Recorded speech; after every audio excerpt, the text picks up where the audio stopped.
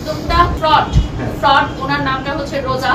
আমি ওনাকে ফটোশুটের দিন ওনার সাথে আমার দেখাও হয়নি, কিন্তু প্রেস কনফারেন্সে মিথ্যা অভিযোগ দেওয়া হয়েছে যে আমি ওনার সাথে খারাপ ব্যবহার করেছি। আসলে হেলিকপ্টারটা যখন চলমান থাকে তখন অনেক বেশি সাউন্ড থাকে, সেখানে জোরে কথা বলতে হয়। তো সেক্ষেত্রে জোরে কথা বলা মানে কিন্তু দুর্ব্যবহার করা নয়। তার সাথে তার বড় বোন পরিচয় দেওয়া বা ছোট বোন পরিচয় দেওয়া যে নারী উদ্যোক্তা ছিলেন, এবং তার পাশে আরেকজন মেয়ে ছিলেন যার নামে আবার অলরেডি কোর্টে মামলা চলছে।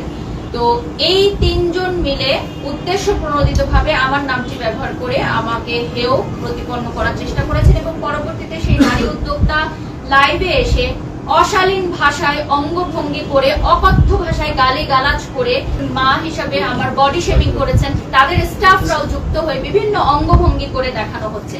আমার জিমের ইনস্ট্রাক্টর সহকারে আমাদের অঙ্গভঙ্গিগুলো করে দেখানো হয়েছে। আমাকে যে হেয় করা হয়েছে এটার বিচার আমি চাই।